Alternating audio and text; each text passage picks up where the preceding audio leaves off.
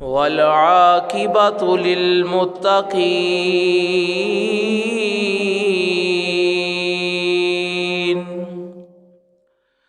والصلاة والسلام على أشرف الأنبياء والمرسلين. أما بعد، فأعوذ بالله من الشيطان الرجيم. بسم الله الرحمن الرحيم. يا أيها الذين آمنوا أطيعوا الله وأطيعوا الرسول وأولي الأمر منكم. صدق الله العظيم. إن الله وملائكته يصلون على النبي يا أيها الذين آمنوا صلوا عليه وسلموا تسلیما. ایک دفعہ درود پاک پڑھیے گا. الصلاۃ والسلام علیک یا سیدی یا رسول اللہ وعلی آلک واصحابک یا سیدی یا حبیب اللہ. الصلاۃ والسلام علیک یا نبی اللہ وعلی آلک واصحابک یا خاتم النبیین. ٹوٹے دلوں کے سہارے محمد ہے، ٹوٹے دلوں کے سہارے محمد ہے، ٹوٹے دلوں کے سہارے محمد ہے، بے چاروں کے او چارے محمد ہے، بے چاروں کے او چارے محمد. اور قبر و حشر میں او پل سے گزرتے، او قبر و حشر میں او پل سے گزرتے، لگاؤں گا میں تیرے نعرے محمد، لگاؤں گا میں تیرے نعرے محمد، لگاؤں گا میں تیرے نعرے. اے جڑا کلام میں پڑھنا پیا نا، یہ آئی صاحب گجرات دے پیر سید فضل صاحب تھن انہاں لکھے ہیں.